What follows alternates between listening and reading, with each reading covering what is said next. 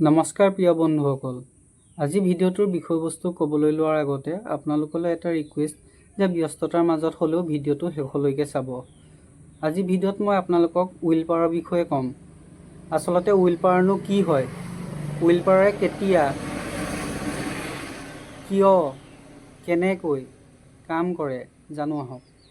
Will পাৱাৰৰ অসমীয়া অনুবাদটো হৈছে ইচ্ছা শক্তি। এই উইল পাৱাৰ বা ইচ্ছা শক্তিৰ উৎপত্তি হয় মানুহৰ মনৰ পৰা। সকলোৰে জীৱনত সৰু ডাঙৰ এটা গ'ল থাকে বা লক্ষ্য থাকে। সেই গ'লটোক এচিভ কৰাত এই উইল পাৱাৰে আপোনাৰ কি কৰে, সহায় কৰে।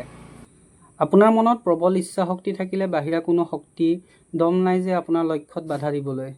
আপুনি এজন সাধাৰণ মানুহ, চাকৰিয়াল বা ব্যৱসায়ী যিয়ে নহওক লাগিলে জীৱনত সফল হ'বলৈ আপোনাক এই উইল পাৱাৰে সহায় কৰিব বা এই উইল পাৱাৰৰ আপোনাৰ কি হয়, প্ৰয়োজন হ'ব। আপোনাৰ উইল পাৱাৰ যিমানেই প্ৰবল শক্তিশালী হ'ব সিমানেই আপুনি কৰিব নোৱাৰা কাম এটাও আপুনি কৰিব পাৰিব বা আপুনি সম্ভৱ কৰি তুলিব পাৰিব। নিজৰ মনত কৰিব পাৰিম বুলি থকা এই প্ৰবল ইচ্ছা শক্তিৰ কাৰণে আপোনাৰ মোৰ নিচিনা একোজন মানুহ গৈ বিশ্ব দৰবাৰত এনেকুৱা অসাধাৰণ কাম কিছুমান কৰিছে, যাৰ কাৰণে আজি সকলো মানুহে চিনি পায় তেওঁলোকক। উদাহৰণ হিচাপে ক'বলগীয়া তেনেকুৱা বহুত আছে, কিন্তু তাৰে মাজে উদাহৰণ হিচাপে মই ক'ব বিচাৰিছোঁ, আজি ধৰি লওক চাহ বিক্ৰী কৰা এজন সাধাৰণ মানুহ আছিলে, যিজন এতিয়া আমাৰ দেশৰ প্ৰধানমন্ত্ৰী হয়, নৰেন্দ্ৰ মোদী ডাঙৰীয়াৰ কথা মই ক'ব বিচাৰিছোঁ। আগতে বাতৰি কাগজ বিক্ৰী কৰিছিলে, আপোনাৰ মোৰ নিচিনা এজন সাধাৰণ মানুহ আছিলে, আজি তেওঁ আমাৰ ভাৰতৰ ৰাষ্ট্ৰপতি হ'ব পাৰিলে। সেইজন হৈছে ডক্টৰ APJ আব্দুল কালাম। ঠিক তেনেকৈ আপোনাৰ ক'বলৈ গ'লে ভাৰতৰ যিজন আটাইতকৈ ধনী মানুহ মুকেশ আম্বানী, আপোনাৰ বলিউডৰ অমিতাভ বচ্চন, শ্বাহৰুখ খান, যিমান আপুনি ফেমাছ এনেকুৱা ব্যক্তি আছে, কি হয় তেওঁলোকৰ নিজৰ উইল পাৱাৰটো ষ্ট্ৰং কাৰণে আজি সকলোৱে চিনি পায় আৰু তেওঁলোক এক্সট্ৰাৰ পৰা গৈ এক্সট্ৰা অৰ্ডিনেৰী মানুহ হ'ব পাৰিছে। গতিকে আজি মই ক'ব বিচাৰিছোঁ, নিজৰ ইচ্ছা শক্তিটোক জগুৱক আৰু বিশ্বাস কৰক, সাহস ৰাখক আৰু ধৈৰ্য সহকাৰে নিজৰ লক্ষ্যৰ দিশে আগবাঢ়ি যাওক।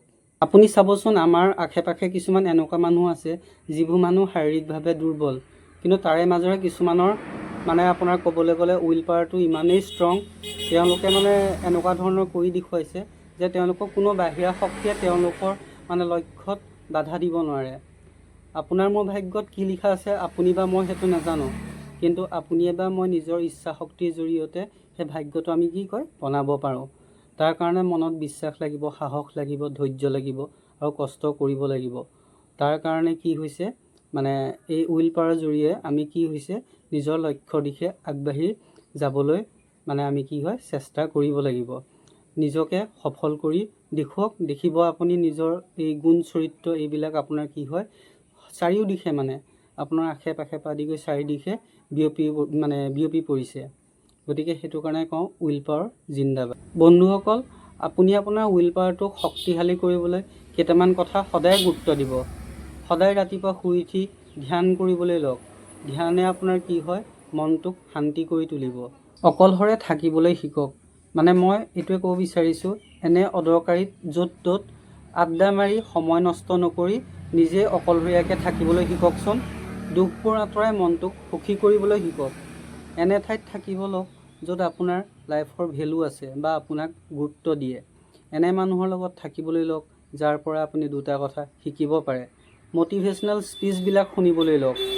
কথা সদায় কমকৈ ক'বলৈ লওক আৰু শুনক বেছি।